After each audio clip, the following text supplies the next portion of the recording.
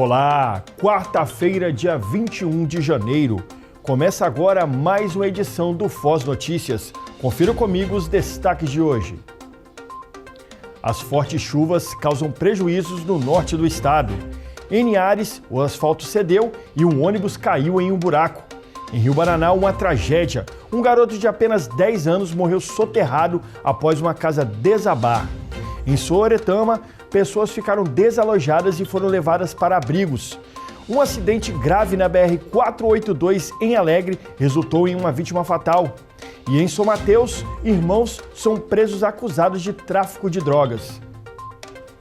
Tudo isso e muito mais agora no Foz Notícias.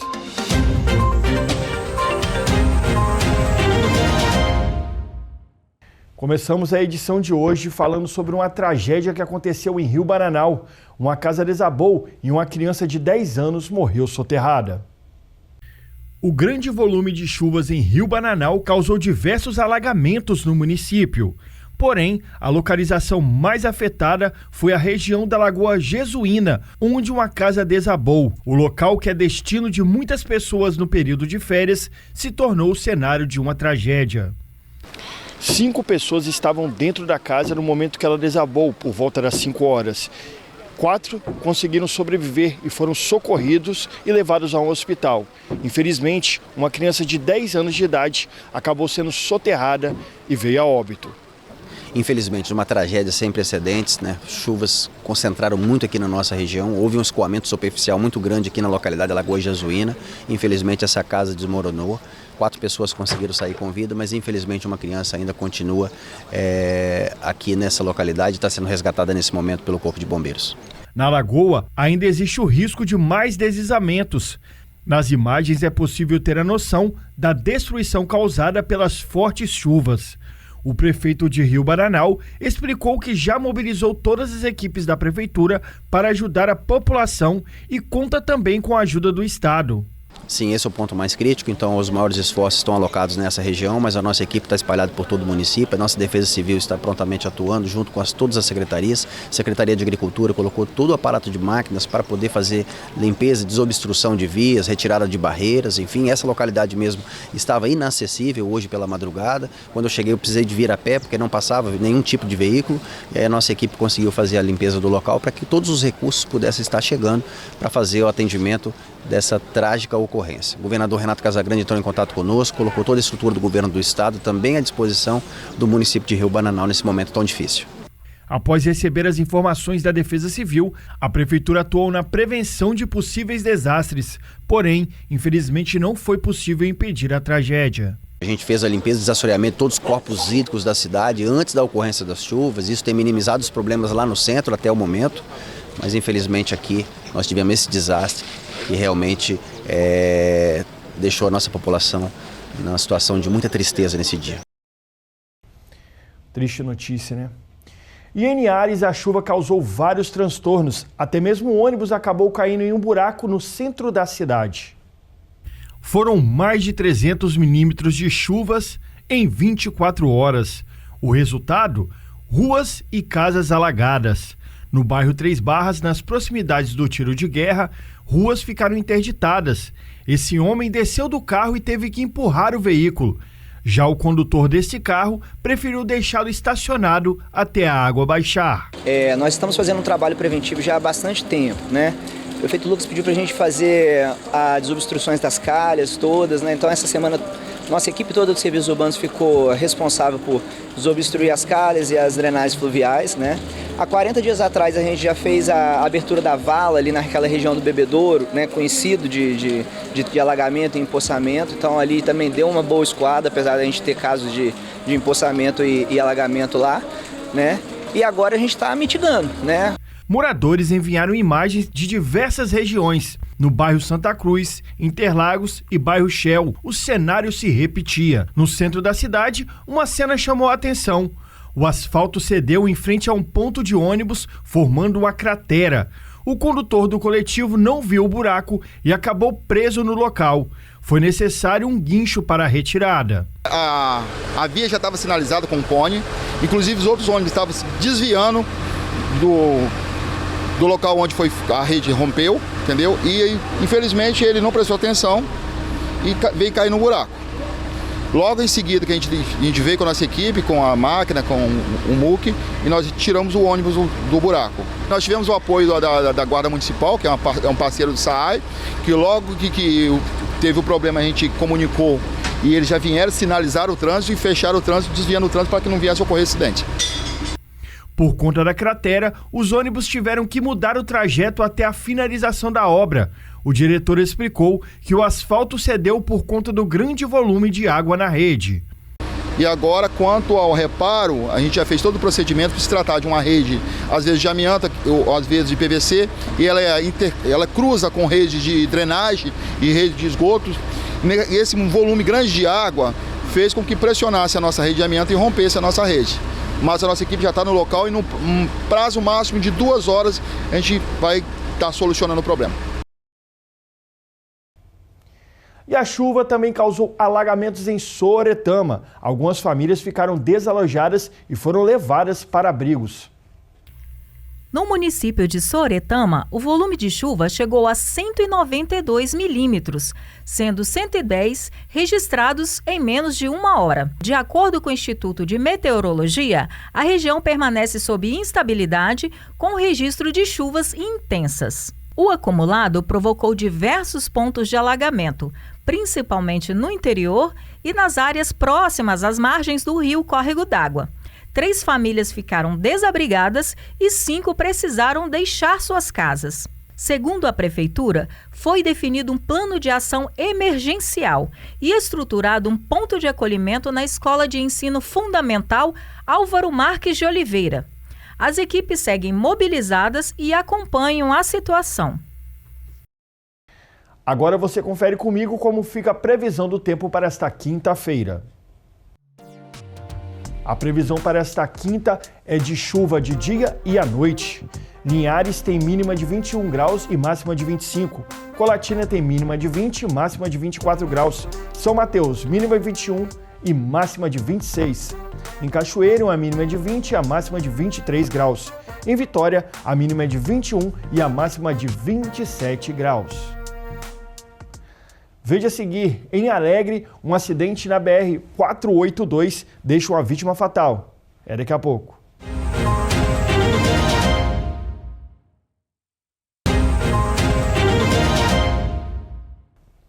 De volta com Foz Notícias.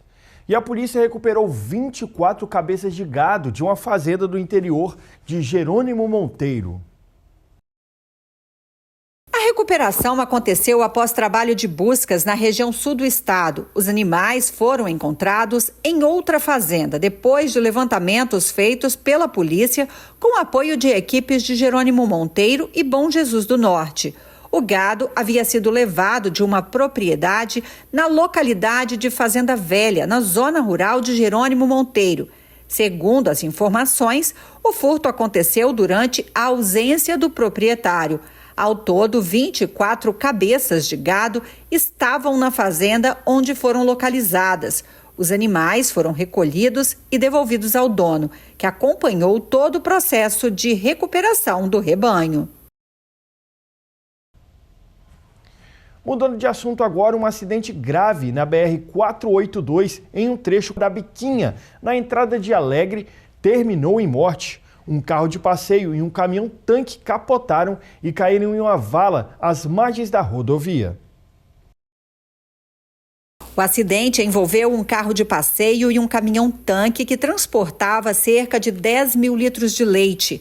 Com a força da batida, os 2 veículos saíram da pista e foram parar em uma vala à beira da rodovia. O caminhão capotou e ficou sobre o carro onde estava Israel Francisco Silveira, de 53 anos.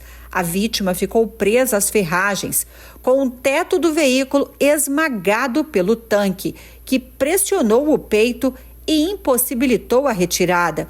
Uma equipe do SAMU prestou socorro, mas Israel já estava morto. Segundo a polícia, testemunhas contaram que um jovem de 21 anos foi visto próximo ao caminhão. Ele disse, em primeiro momento, que estava apenas de carona e que o motorista teria pulado no momento da batida. Após apresentar versões diferentes, o jovem confirmou que era quem dirigia o caminhão e que não prestou socorro à vítima. O motorista foi levado para a delegacia, onde fez o teste do bafômetro que deu negativo para álcool. A polícia também confirmou que ele não possuía carteira de habilitação. O caminhão transportava leite de Rio Novo do Sul para uma empresa de laticínios. Após o trabalho da perícia, os veículos com documentação regular foram liberados. Israel Francisco Silveira era morador da região, trabalhava como consultor de vendas em uma empresa de Guaçuí e deixa a esposa e 2 filhas. E depois de denúncias de maus tratos, um cachorro foi resgatado em uma casa no bairro Bela Vista, em Colatina. A Polícia Militar prestou apoio a uma ação da Prefeitura do Bem-Estar Animal. Era nesse corredor estreito, tomado por lama, fezes e a céu aberto, que o cachorro da raça Pitbull passava os dias.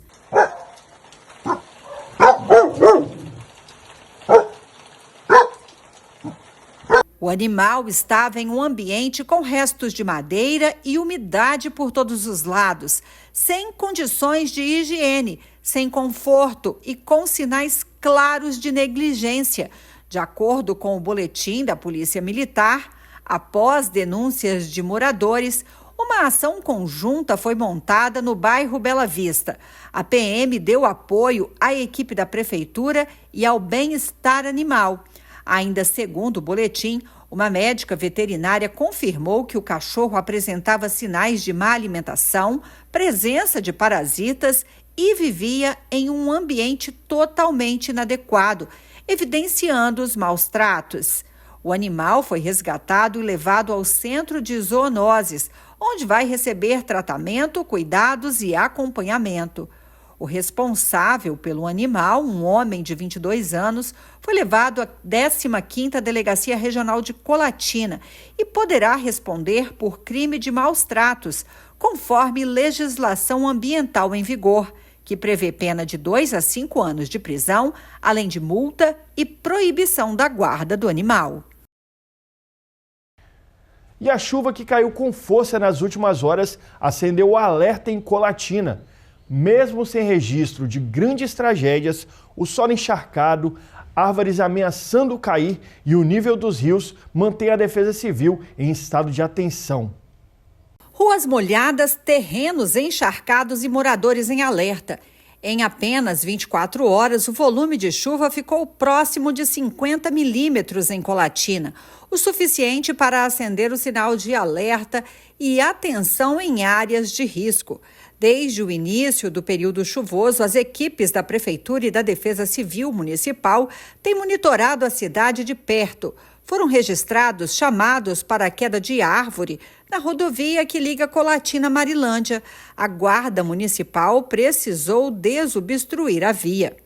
Autoridades também têm monitorado pontos com risco de deslizamento. Um trecho em especial tem preocupado a população. Imagens mostram a região do bairro Vista da Serra, onde uma área de risco tem sido monitorada desde 2024, quando uma grande cratera se abriu. A atenção também se volta para o Rio Doce. O nível segue abaixo da cota de alerta, mas o monitoramento de forma permanente está sendo feito, principalmente por causa das chuvas intensas em cidades de Minas Gerais, que podem refletir no volume da água aqui na região. Os impactos da chuva não ficaram restritos apenas à Colatina. Em Pancas, houve queda de árvores e barreiras em estradas, com elevação do nível do rio, mas sem transbordamento. Já em São Roque do Canaã, uma árvore caiu na estrada que liga o município a Colatina, deixando o trânsito em meia pista até a liberação da via. De acordo com a Defesa Civil, Colatina possui dezenas de setores classificados como áreas de risco, a maioria em regiões urbanas. A orientação é ficar atento a sinais como rachaduras, trincas, inclinação de árvores ou postes e, ao menor sinal de perigo, sair do local e acionar a Defesa Civil. Agora você confere comigo como fechou o mercado do agro. O arábica bebida dura está custando R$ 2.140 a saca. Conilon tipo 7, R$ 1.230 a saca. Conilon tipo 7,8, R$ 1.225 a saca. A pimenta do reino fechou a R$ 26,50 o quilo. E o cacau, R$ 1.112 a saca.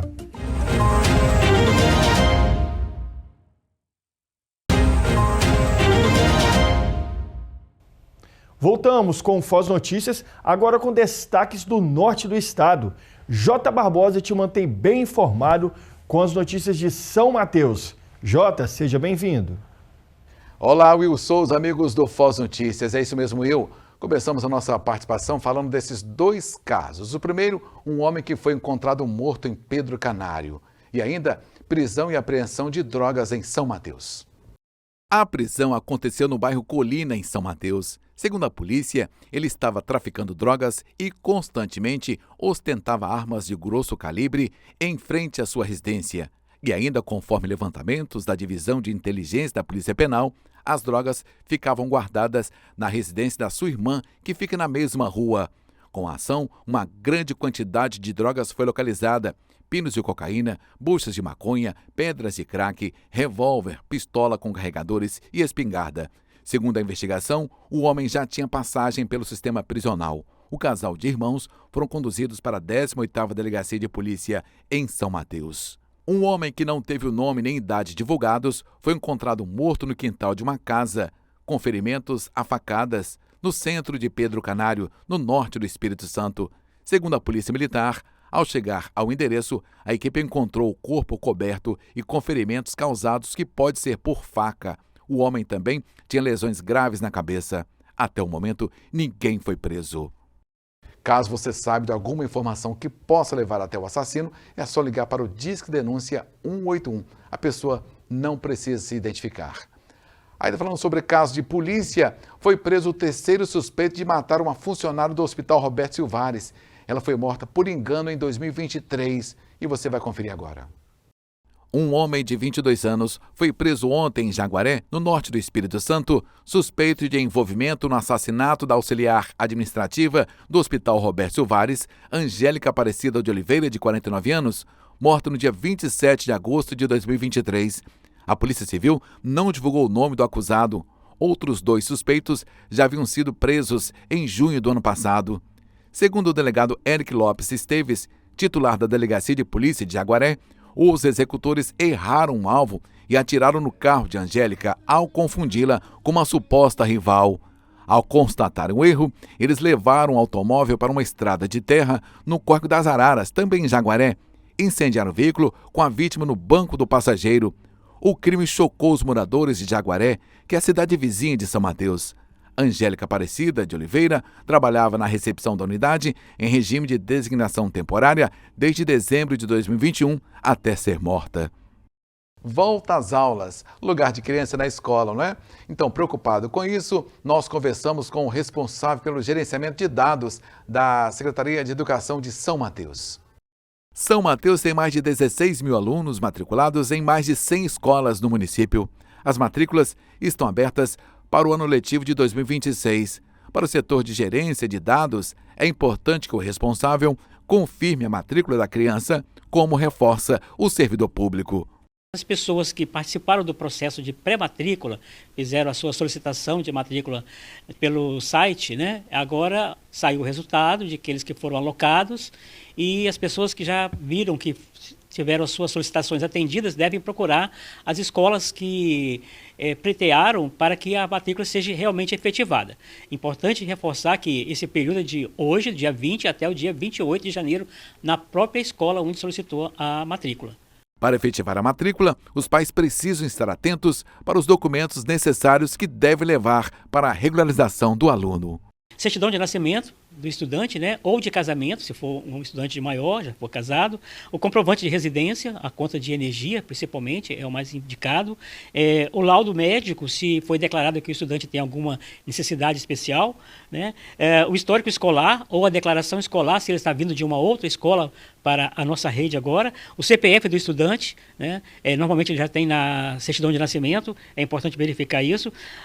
Se a família declarou que faz parte de algum programa social do governo federal, precisa então comprovar com a declaração emitida pelo CAD único, tá certo? O título de eleitor e o certificado de alistamento militar, se for do sexo masculino e maior de 18 anos. Uma foto 3x4, tá? É importante levar, e o cartão de vacina, ou a declaração do cartão emitido pela Unidade Básica de Saúde.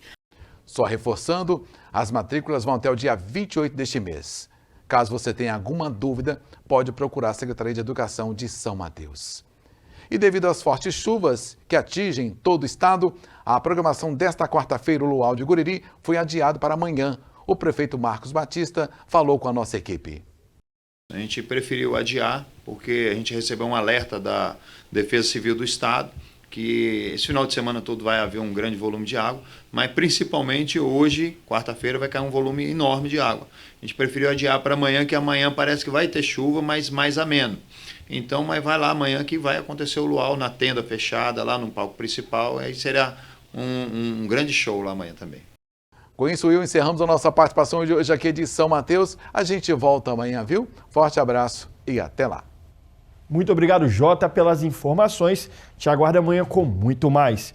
E com esse destaque, nós encerramos o Foz Notícias de hoje. Não deixe de nos seguir nas redes sociais para ficar sabendo de tudo o que acontece no estado.